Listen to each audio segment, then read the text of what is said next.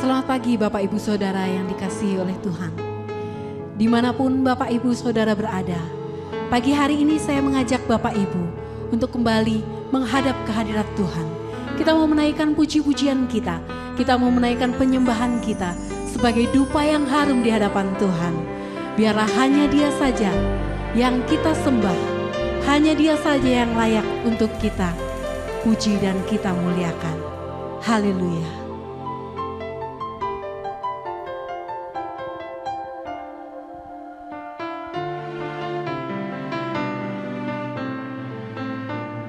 Kami menyembah Engkau Tuhan.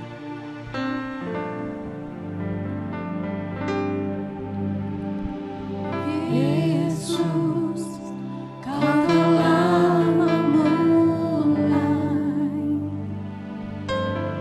segala yang baik dalamku. Engkau menjadikanku serupa gambaran-Mu dan berharga di mata-Mu. Yesus, Kau telah memulai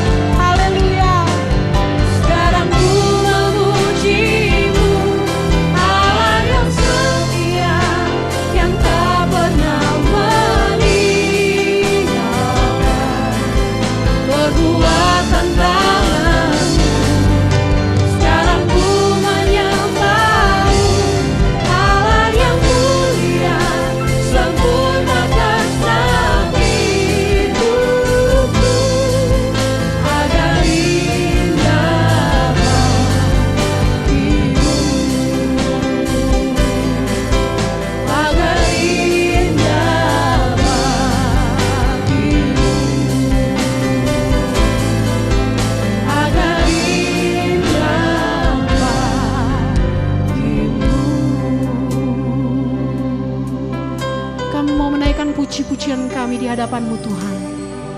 Biarlah puji-pujian kami ini Tuhan naik menghampiri tahta-Mu Bapa. Biarlah Engkau disenangkan melalui puji-pujian kami. Bertahtalah di atas setiap puji-pujian kami Tuhan. Biarlah Roh Kudus-Mu ada di tengah-tengah kami di dalam ibadah kami pada pagi hari ini. Kau sendiri yang memimpin ibadah kami hari ini Tuhan. Dalam nama Tuhan Yesus Kristus kami berdoa. Amin.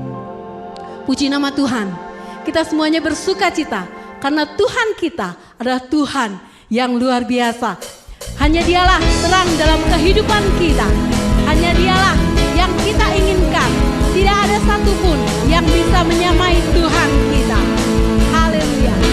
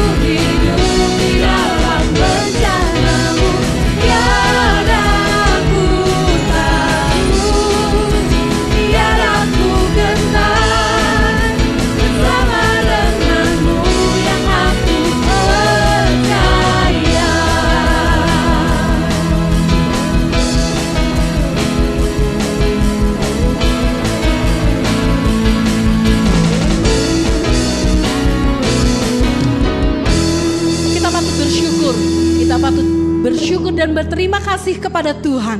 Karena Tuhan adalah Tuhan yang penuh kasih. Tuhan yang selalu menjagai kita. Haleluya. Di sepanjang kehidupan kita, Tuhan selalu ada bersama-sama dengan kita.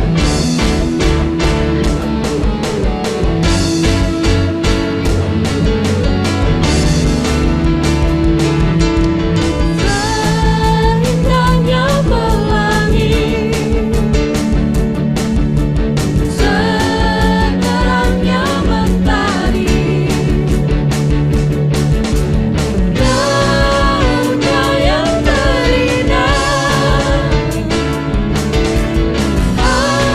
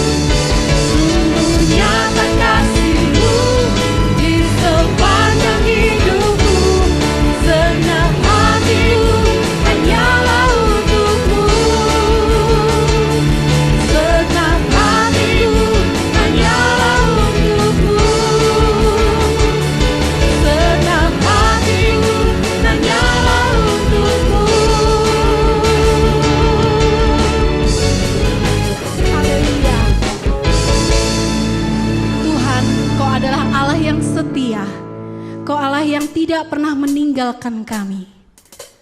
Karena itu Tuhan, kami rindu Tuhan menyenangkan hati-Mu.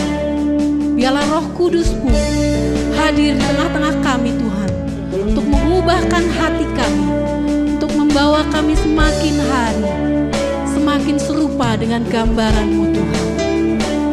Terima kasih Tuhan.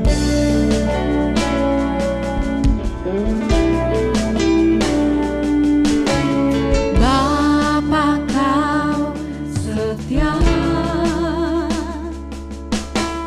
takkan meninggalkan, dan ku percaya Engkau milikku.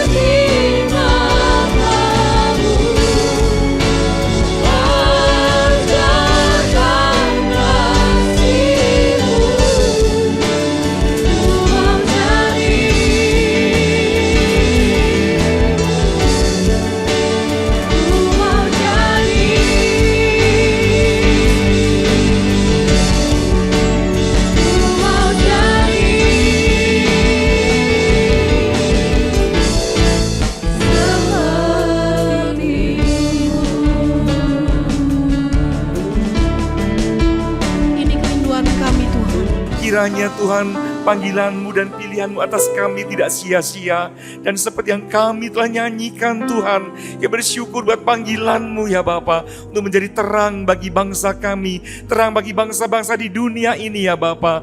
Tolong Tuhan berikan kekuatan, hikmat, akal budi kepada kami sekalian ya Tuhan. Kami yakin puji-pujian tahta itu telah kami naikkan, dan Engkau telah bersinggah sana di atasnya ya Bapa. Engkau mengerti satu persatu Tuhan, isi hati kami, beban kami, ataupun sukacita kami Tuhan. Dan mari Tuhan, ketika ada beban apapun juga, Engkau menyelesaikannya bagi kami sekalian.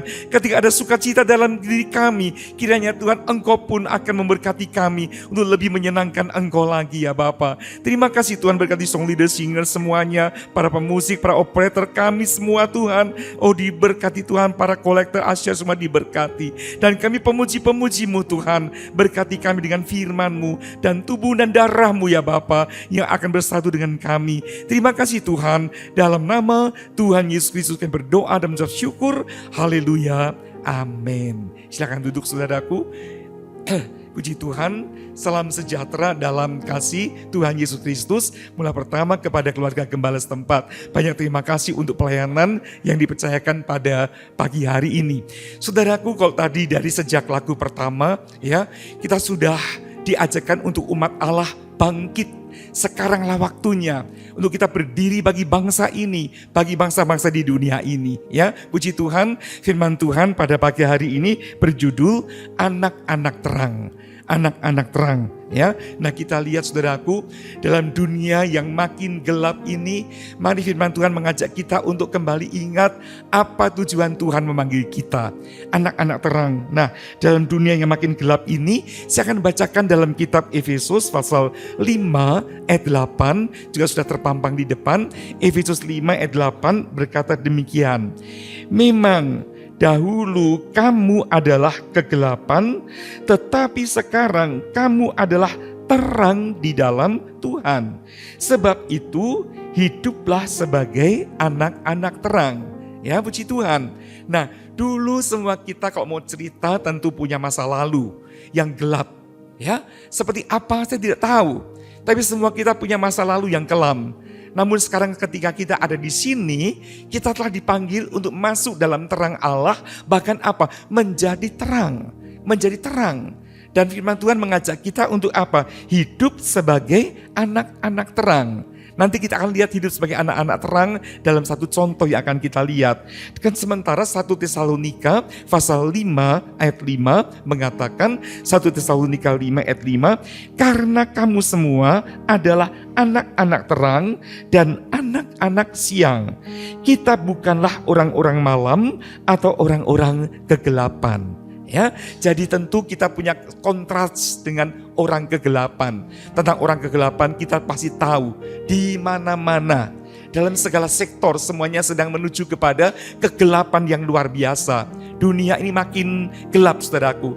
Dan bukan cuma secara mungkin pergaulan, perekonomian atau apa, secara alamiah pun juga begitu. Bencana-bencana alam. Ya, dan orang-orang sekarang pada takut di mana-mana selalu kalau kita lihat ada apa megatrust dan sebagainya, gempa yang akan terjadi seperti apa kita belum tahu. Namun inilah saatnya untuk kita berfungsi sebagai terang itu saudaraku. Kapan lagi kok kita mau pikir ya? Kapan lagi? Nah, kita lihat sekarang kalau kita perhatikan ciri-ciri orang yang dalam kegelapan ya, yang dalam kegelapan itu saya akan bacakan 1 Yohanes pasal 2 ayat 9 sampai ayat 11. Kitab 1 Yohanes pasal 2 ayat 9 sampai ayat 11. Saya bacakan ini ayat demikian. Barang siapa berkata bahwa ia berada di dalam terang, tetapi ia membenci saudaranya, ia berada di dalam kegelapan sampai sekarang. Barang siapa mengasihi saudaranya, ia tetap berada di dalam terang, dan di dalam dia tidak ada penyesatan. Tetapi barang siapa membenci saudaranya, ia berada di dalam kegelapan dan hidup di dalam kegelapan. Ia tidak tahu kemana ia pergi, karena kegelapan itu telah membutakan matanya. Ya, kegelapan telah membutakan matanya.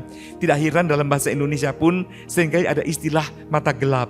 Ya, nah rupanya di Alkitab sudah ada lebih dahulu. Kegelapan bisa membutakan mata seseorang. Ketika apa? Benci, ada roh kebencian. Nah ini tanda utama ketika seorang masih dalam kegelapan. Mari sekarang kita akan koreksi diri. Saya koreksi diri saya juga. Apa saya masih ada kebencian itu? Ya, nah ketika masih ada kita harus usir. Karena apa? Kita harus menjadi anak-anak terang. Kemudian Titus pasal 3 ayat 3 berkata demikian. Titus 3 ayat 3, karena dahulu kita juga hidup dalam kejahilan, tidak taat, setia, menjadi hamba berbagai-bagai nafsu dan keinginan, hidup dalam kejahatan dan kedengkian, keji, saling membenci. Ini beberapa daftar ketika seseorang masih dalam kegelapan, ya, menjadi hamba berbagai-bagai hawa nafsu, sesat, tidak taat, hidup dalam kejahatan dan penuh dengan kedengkian, keji, saling membenci. Itu yang kita perhatikan, saudaraku, tulisan dari kita perhatikan dari Paulus, ya, kita perhatikan. Nah, kita lihat saudaraku, jadi andai kata ada hal seperti itu, aduh saya perlu sekali untuk cepat perbaiki diri, untuk jadi terang yang seutuhnya, ya. 1 Tesalonika 5 ayat 4 berkata, tetapi kamu saudara-saudara, kamu tidak hidup di dalam kegelapan, sehingga hari itu tiba-tiba mendatangi kamu seperti pencuri. Jadi orang yang dalam kegelapan, tadi dikatakan orang-orang malam. Kok namanya malam hari? Itu orang sedang apa? Tidur. Nah, orang-orang malam, orang dalam kegelapan itu kerohaniannya tertidur. Dan ketika tidur, banyak kesempatan buat siapa? Maling datang untuk ambil ini, itu, dan sebagainya. Sehingga ada istilah orang kecolongan. Saudaraku, hari Tuhan akan tiba tidak lama lagi. Ya, di mana-mana orang memberitakan tanda-tanda zaman sekarang menunjukkan kiamat sudah dekat.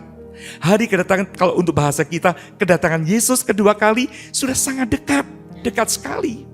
Nah saudaraku, mari kita betul-betul tidak akan tetap di dalam kegelapan, tidak akan kecolongan ketika hari Tuhan tiba, kita nggak siap. Nah ketinggal, saudaraku, tertinggal. Ya, jangan sampai itu terjadi. Baik saudaraku, sekarang kita lihat sebagai terang, sebagai anak terang itu seperti apa. Saya akan membaca kitab sekarang, Yesaya 42 ayat 6 dan ayat 7. Kitab Yesaya pasal 42 ayat 6 dan ayat 7. Saya bacakan ayat yang sangat indah buat kita, ya. Demikian. Aku ini Tuhan telah memanggil engkau untuk maksud penyelamatan. Tuhan panggil kita untuk apa? Maksud penyelamatan. Bukan sekedar diberkati, bukan sekedar menikmati surga di kemudian hari, tapi sekarang ini untuk maksud penyelamatan, ya. Dan kita lihat kok Tuhan pakai kita untuk maksud penyelamatan, kita mesti apa? Menjadi terang dalam dunia ini. Saya baca terus demikian. Telah memegang tanganmu, aku telah membentuk engkau dan memberi engkau menjadi perjanjian bagi umat manusia, menjadi terang untuk bangsa-bangsa. Menjadi perjanjian untuk semua orang, terang bagi bangsa-bangsa. Saudaraku, sebentar lagi kita akan merayakan Yesus terang dunia itu lahir. Tapi selain Yesus jadi terang dunia, dia juga pernah berkata, kamulah terang dunia.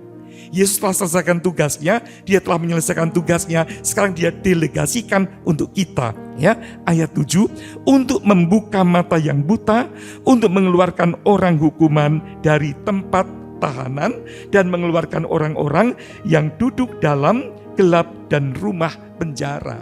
Ini kita sebagai terang dunia, ya, melepaskan orang yang masih tertawan dalam penjara. Penjara siapa? Iblis. Mungkin dalam rumah kita ada 1-2 yang masih tertawan oleh dosa itu. Tugas kita untuk apa? Tarik mereka, selamatkan mereka.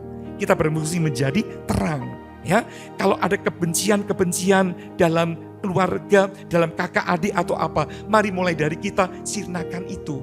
Semuanya jadi terang, saudaraku. Ya, juga Yesaya 49 dalam kitab yang sama, 49 ayat 6. Ya, saya akan bacakan Yesaya pasal 49 ayat 6 demikian.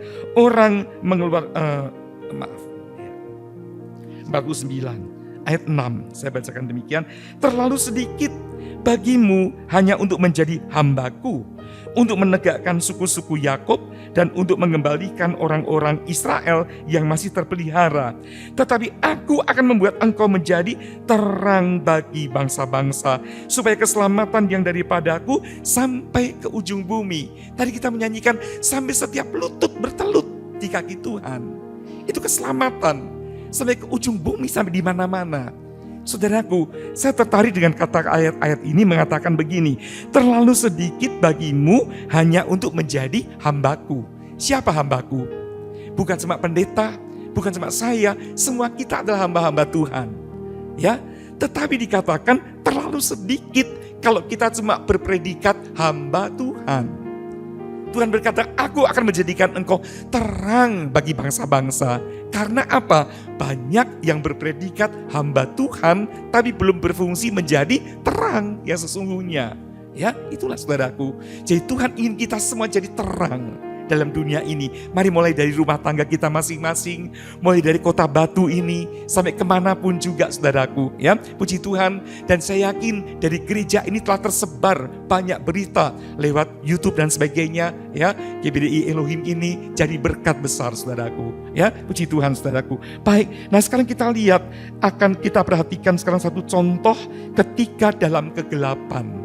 Ketika manusia masih dalam kegelapan, ketika dulu kita pun dalam kegelapan, kita pun seringkali alami kesulitan. Ya, saya akan mengajak saudara melihat kitab Hakim-Hakim pasal 4 ayat 1 sampai ayat 5. Hakim-Hakim pasal 4 ayat pertama sampai ayat 5. Nah, kita lihat di zaman Deborah. Ya, zaman Deborah, hakim wanita itu ada sesuatu yang luar biasa. Ya, saya bacakan pasal 4 ayat 1 mulai demikian. Setelah Ehud mati, orang Israel melakukan pula apa yang jahat di mata Tuhan. Lalu Tuhan menyerahkan mereka ke dalam tangan Yabin, Raja Kanaan, yang memerintah di Hasor. Panglima tentaranya ialah Sisera yang diam di Haroset Hagoyim. Lalu orang Israel berseru kepada Tuhan, sebab Sisera mempunyai 900 kereta besi dan 20 tahun lamanya ia menindas orang Israel dengan keras. Pada waktu itu Deborah seorang nabiyah, istri Lapidot, memerintah sebagai hakim atas orang Israel. Ia biasa duduk di bawah pohon kurma Deborah antara Rama dan Betel di pegunungan Efraim, dan orang Israel menghadap dia untuk berhakim kepadanya. Nah, kita lihat dalam ayat ini saudaraku, bagaimana orang-orang Israel itu gampang sekali untuk berpaling dari Tuhan, tidak setia dan ingkar dari Tuhan. Ini berkali-kali dalam kitab Hakim-Hakim.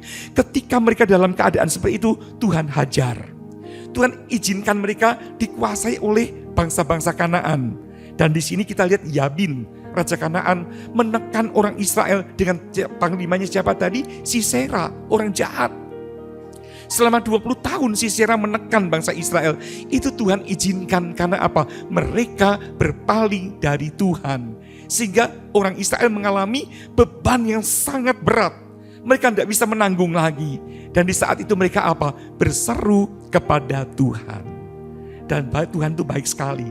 Berseru pada Tuhan, Tuhan tolong. Mereka mengingkari Tuhan lagi. Tuhan izinkan jajahan lagi. Berkali-kali terus. Tidak bertumbuh-tumbuh saudaraku. Nah, kita lihat sekarang saudaraku.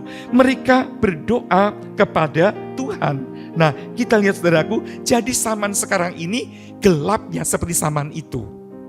Saya yakin semua setuju. Kalau di mana-mana orang sekarang penuh dengan beban, hidup dengan beban berat. Puji Tuhan, dulu kita pun punya beban berat, beban dosa, tapi sekarang ada damai sejahtera. Saya lihat di belakang, di samping, di atas semuanya sukacita, ada damai. Ya, puji Tuhan, karena apa? Kita sudah bebas. Udah lepas, gak dijajah iblis lagi. Ketika masih dijajah iblis, harus apa? Bayar upeti kepada iblis. Toh? Nah, mesti tiap hari dipecut. Ayo lakukan ini, lakukan ini. Kok gak lakukan rasanya gak lega. Itulah dosa saudaraku. Membuat kita makin ketagihan. Ya, tapi puji Tuhan, dalam Tuhan Yesus ada kelepasan itu. Nah, kita lihat sekarang saat ini mereka berseru kepada Tuhan.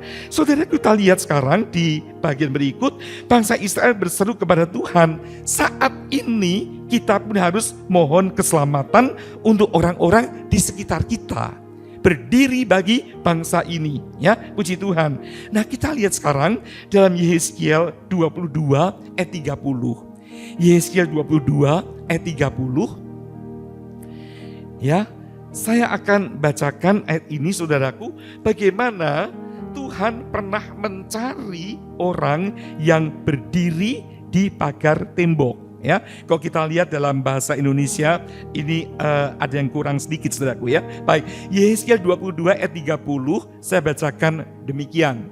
Aku mencari di tengah-tengah mereka seorang yang hendak mendirikan tembok atau yang mempertahankan negeri itu di hadapanku, supaya jangan kemunafikan, supaya jangan kumusnahkan, tetapi aku tidak menemuinya. Nah, saudara, kita lihat di sini dalam zaman Yehezkiel, umat Yehuda, umat Allah juga apa? Seperti dalam zaman Deborah itu, hakim-hakim tadi, berontak pada Tuhan, gelap, dan kemudian Tuhan cari, mana ya ada orang yang berdiri di pagar tembok, membangunkan tembok.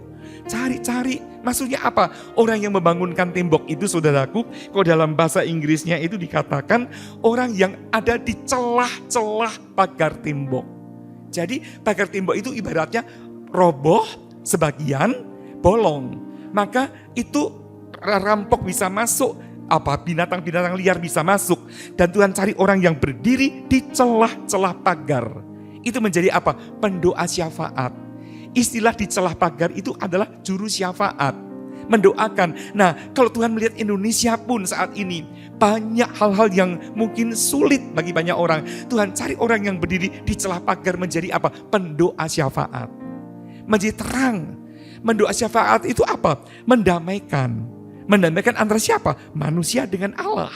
Nah, kita di tengah-tengah, di antara pagar tembok itu, saudaraku. Tuhan cari dalam zaman Yehezkiel, tapi tidak ada. Tidak ada pendoa syafaat saat itu. Dan Tuhan pun saat ini buat cari orang-orang yang mau mendoakan, paling gak keluarga kita, bangsa kita, kota kita, dan seterusnya. Kiranya Tuhan temui itu di GBD Elohim sini. Amin. Kita pendoa syafaat, menghubungkan satu dengan Allah. Ya, jadi ada damai. Nah, kemudian tadi kita baca dalam kitab Hakim-Hakim pasal 4 itu, Allah bangkitkan seorang tokoh, seorang wanita yang bernama Deborah. Deborah. Nah, kita lihat, saudaraku, Deborah ini ya artinya bagus sekali. Deborah ini artinya lebah. Lebah.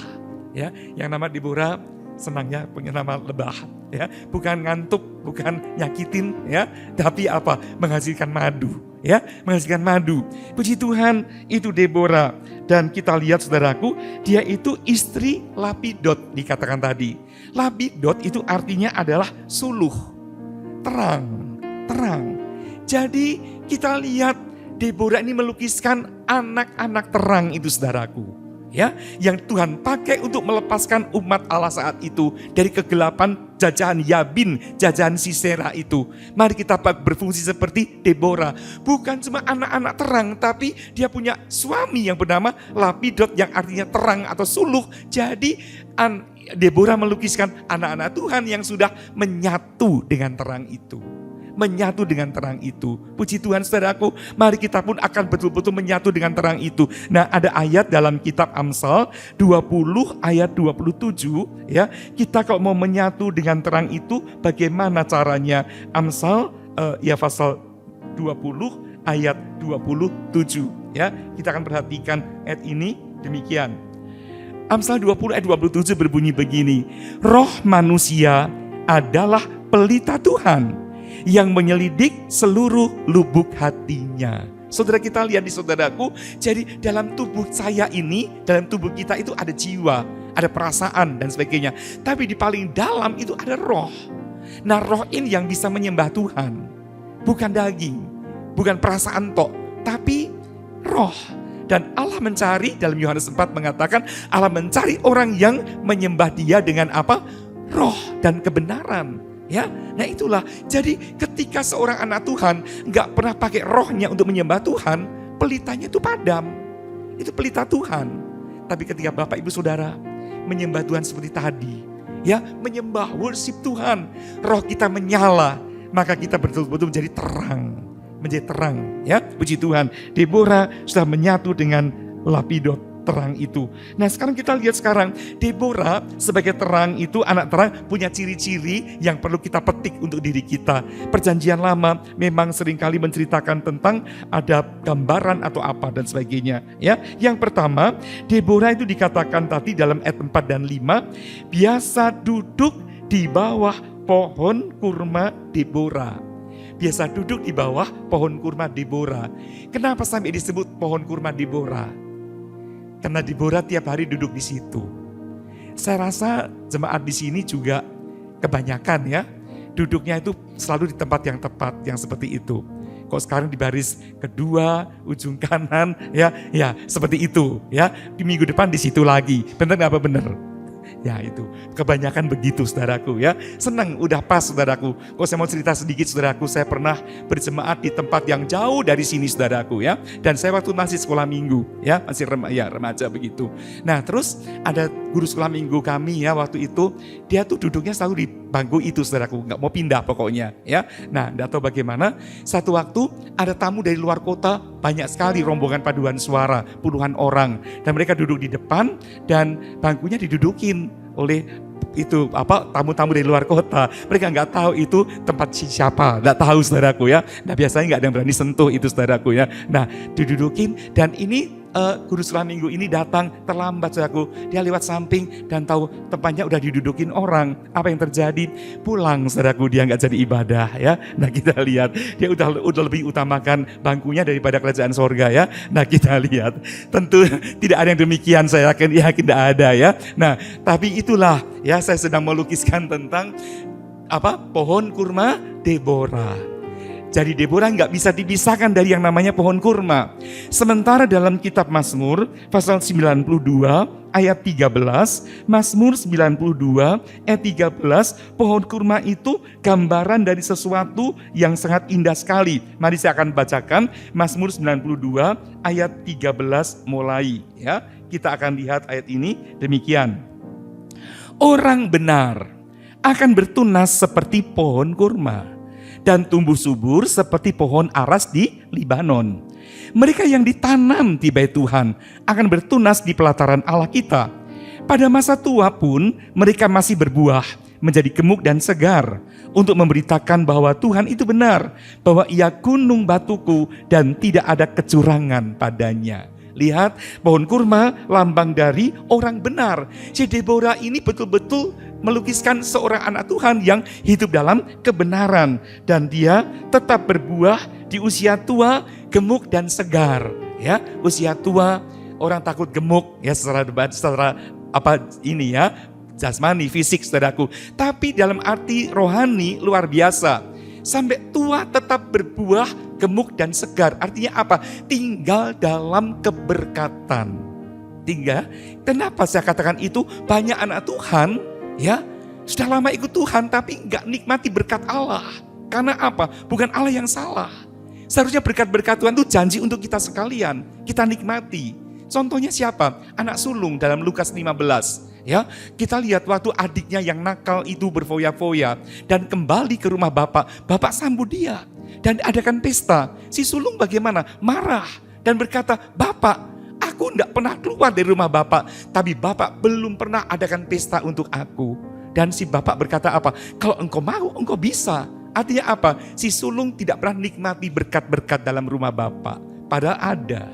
Maka bersungut-sungut. Ya, kalau kita nikmati berkat-berkat Tuhan, biarpun kecil, ya, tapi kita akan bersyukur pada Tuhan, ya, puji Tuhan. Nah, kemudian apalagi untuk menyaksikan kebaikan Tuhan, hidup jadi saksi. Betul-betul itulah pohon kurma, ya, anak Tuhan pohon kurma jadi terang dalam dunia ini. Dan kemudian dikatakan lagi, selain duduk di bawah pohon kurma, Deborah itu menghakimi umat Israel. Menghakimi itu berarti apa? Tinggal dalam kebenaran dan keadilan. Harus fair. baik buat diri sendiri maupun untuk orang lain.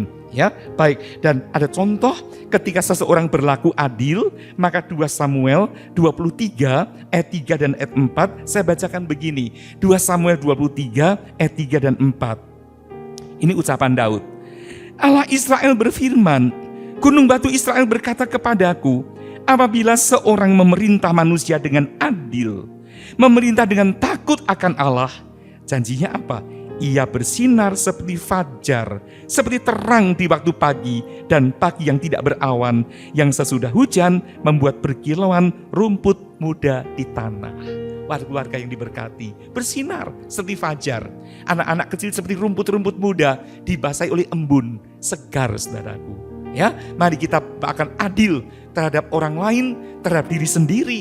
Hubungan kita dengan Tuhan pun fair, ya, baik saudaraku. Puji Tuhan, saya yakin Tuhan berkati semua kita saudaraku. Baik, apalagi tentang Deborah. Deborah seorang yang pemberani, berani sekali. Coba saya baca lagi dalam kitab itu Hakim-Hakim 4 ayat 9. Ya, saya bacakan begini, Hakim-Hakim 4 ayat 9. Ini Deborah dalam ayat sebelumnya mengajak orang lain, Barak namanya Barak. Ayo Barak, kita perang lawan Sisera, lawan Yabin, ayo maju. Kemudian dalam ayat 8 jawab Barak kepada Deborah, jika engkau turut maju, aku pun maju. Tapi jika engkau tidak turut maju, aku pun tidak maju. Bayangkan saudaraku, Barak seorang pria, tapi berkata kalau Deborah engkau maju, aku maju. Engkau tidak maju, aku tidak maju. Jadi betul-betul Deborah ini punya pengaruh yang luar biasa.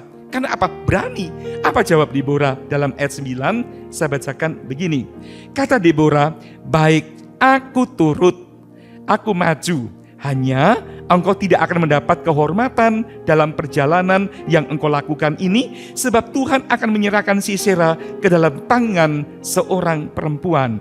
Lalu Deborah bangun berdiri dan pergi bersama-sama dengan Barak ke Kades. Saudara, di sini kita lihat Deborah berkata, baik aku maju. Tapi ingat ya, kamu tidak akan dapat kehormatan. Karena nanti Sisera akan diserahkan ke tangan seorang perempuan. Saya nggak tahu itu yang dimaksud siapa. Mungkin Deborah sendiri, pahlawan wanita. Tapi nanti dalam kisahnya ada yang namanya Yael, perempuan itu. Terima Sisera di rumahnya, di kemahnya. Dan Sisera itu dijamu dengan air susu, air minum yang baik dan sebagainya. Sisera tidur.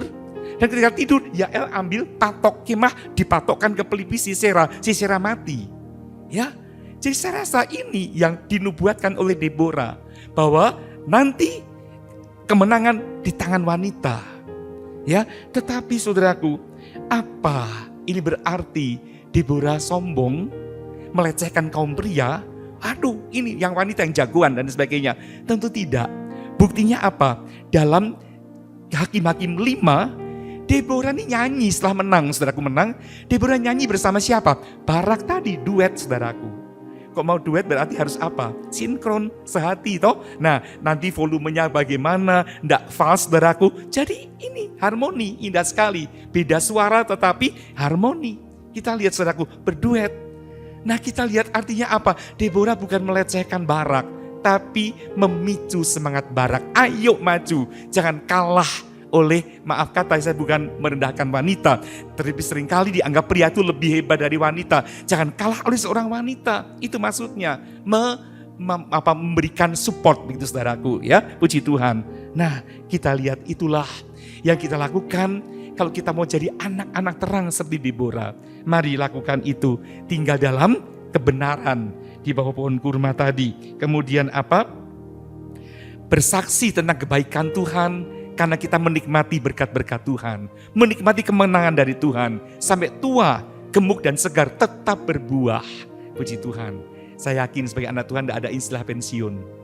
Semua kita melayani di bidang apapun juga. Ya, dasarnya karena kita cinta Tuhan dan kemudian menghakimi, tinggal dalam kebenaran dan keadilan dan berani, dan yang berikut tadi memiliki roh puji-pujian.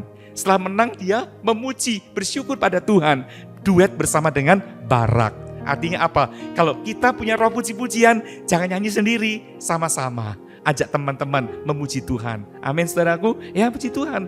Ada sesuatu yang luar biasa. Nah, saya akan akhiri dengan kitab 1 Tesalonika pasal 5. Karena 1 Tesalonika 5 itu temanya adalah anak-anak terang. Ya, meskipun dalam Alkitab kita diberi judul berjaga-jaga, tetapi ada ini ya, ada penekanan tentang anak-anak siang.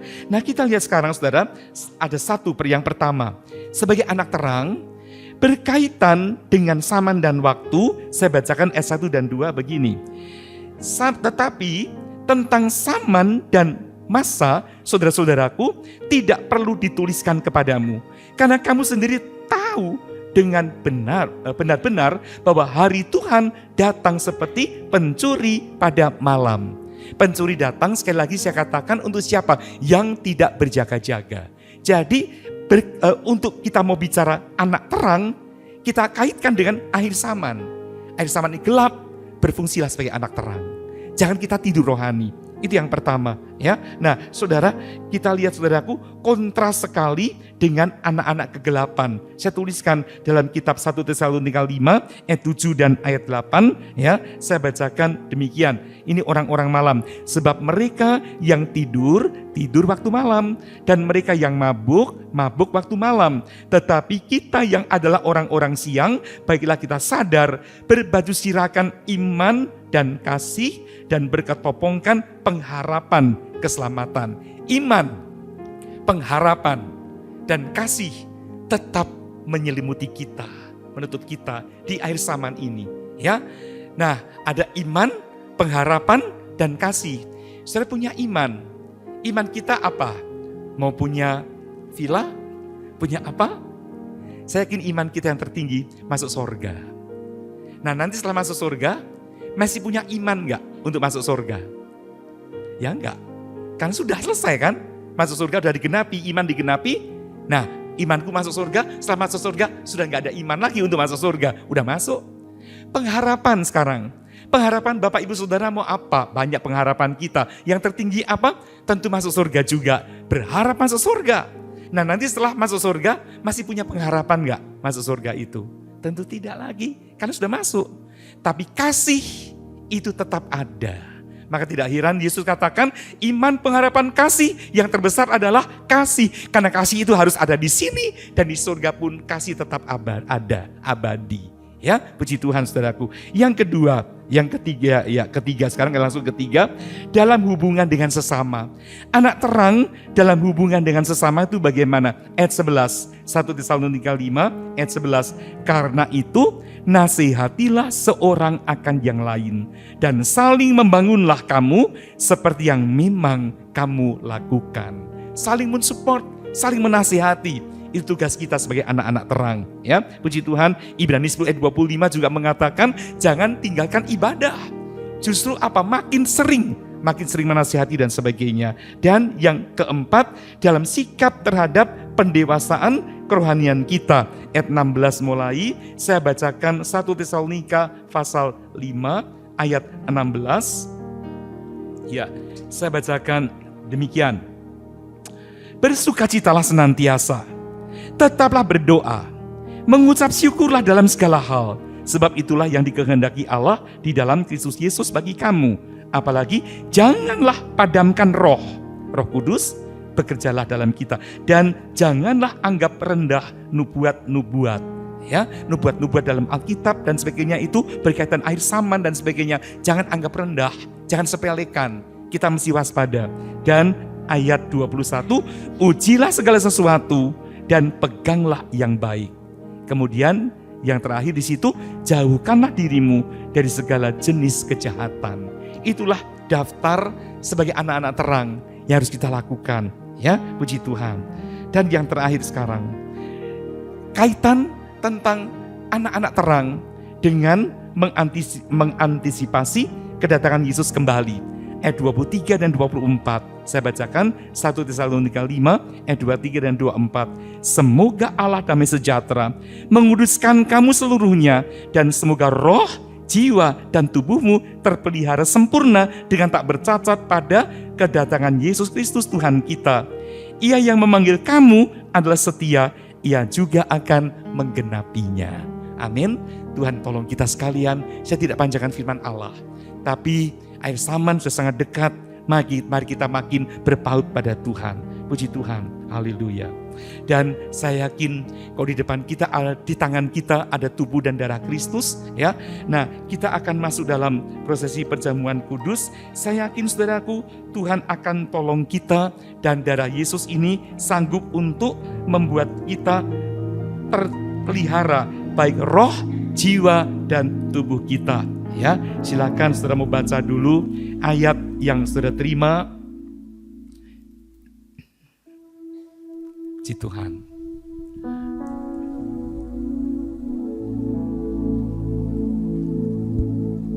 Haleluya.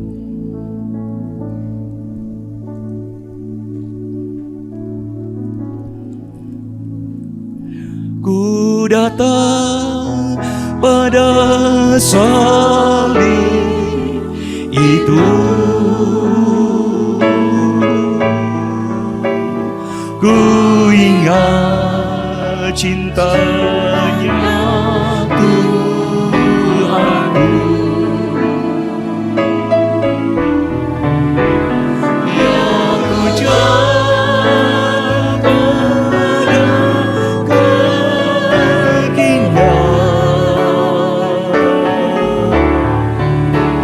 Salahku dapat hapus. Mari sama-sama kita berdiri, haleluya. Ku datang pada salib itu, ku ingat cintanya Tuhanku, yang ku jatuh pada kakinya. Salahku dapat ampun dosa. Mari kita nyanyikan sekali lagi dengan angkat tubuh Kristus di tangan kanan kita. Ku datang pada salib itu, haleluya, haleluya. Ku ingat cintanya Tuhanku, yang ku jatuh pada kakinya. Salahku dapat ampun dosa, ya ku jatuh pada kakinya, haleluya. Ya ku jatuh pada kakinya. Salahku dapat ampun dosa. Terima kasih ya Tuhan, buat tubuh dan darah-Mu Tuhan yang telah terpecah dan mengalir bagi kami ya Bapa. Kami bersuka cita pada pagi hari ini Tuhan, karena Engkau berikan kesempatan kembali bagi kami bersekutu dengan tubuh dan darah-Mu. Dengan iman Tuhan kami yakin yang kami pegang adalah tubuh Kristus dan darah Kristus sendiri ya Bapa. Tolong Tuhan, kami percaya sebagaimana iman kami, kiranya Engkau pun masuk dalam diri kami. Dan saudaraku yang kekasih, mari kita dengarkan pemberitaan firman Allah sebelum kita makan bersama.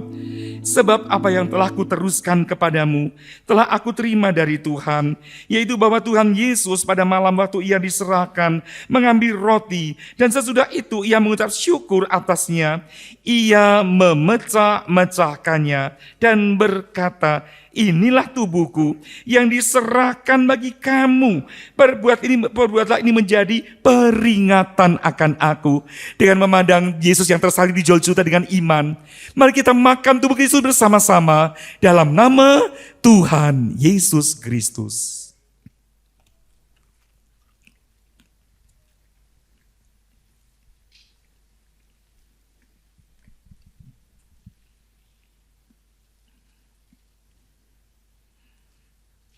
Haleluya, haleluya. Haleluya, Yesus, terima kasih. Tubuh-Mu yang suci terpecah bagi kami, Tuhan. Dan kami pun disucikan karena tubuh-Mu, Tuhan. Kini kami akan angkat cawan minuman ini, Tuhan. Darah-Mu. Oh Tuhan, terima kasih buat darah yang dicurahkan bagi kami. Demikian juga ia mengambil cawan sesudah makan, lalu berkata, cawan ini adalah perjanjian baru yang dimeteraikan oleh darahku. Perbuatlah ini setiap kali kamu meminumnya menjadi peringatan akan aku. Dengan mata iman memandang Yesus yang tercurahkan darahnya di kayu salib Golgota. Mari kita minum bersama darah Yesus dalam nama Tuhan Yesus Kristus.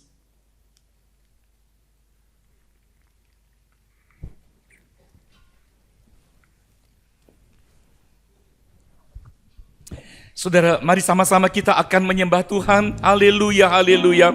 Haleluya, haleluya Yesus. Tiap mulut kita serukan nama Yesus. Ucapkan haleluya, haleluya. Glory, haleluya, haleluya Yesus. Glory, haleluya, haleluya. Terima kasih Tuhan. Engkau jadikan kami terang-terang dunia ini ya Bapa. Oh Yesus, haleluya. Oh, tiba saatnya satu waktu nanti gereja akan disingkirkan dan dunia dalam kegelapan yang luar biasa. Tolong Tuhan, biar kami berfungsi. Tolong bakar kami dengan api Roh Kudus. Sulut Tuhan roh kami dengan Roh Kudus-Mu ya Bapa. Panaskan kami, nyalakan kami ya Tuhan. Dan kami jadi jemaat yang berapi-api, yang bersemangat memenangkan jiwa bagi kemuliaan nama-Mu. Haleluya, haleluya, haleluya. Haleluya, haleluya, haleluya. Haleluya, haleluya, haleluya. Glory, glory, haleluya.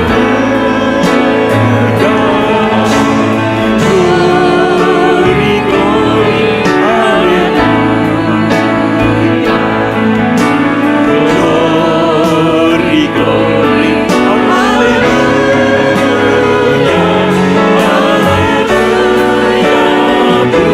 Sekali lagi dan sesaat kembalikan pelayanan.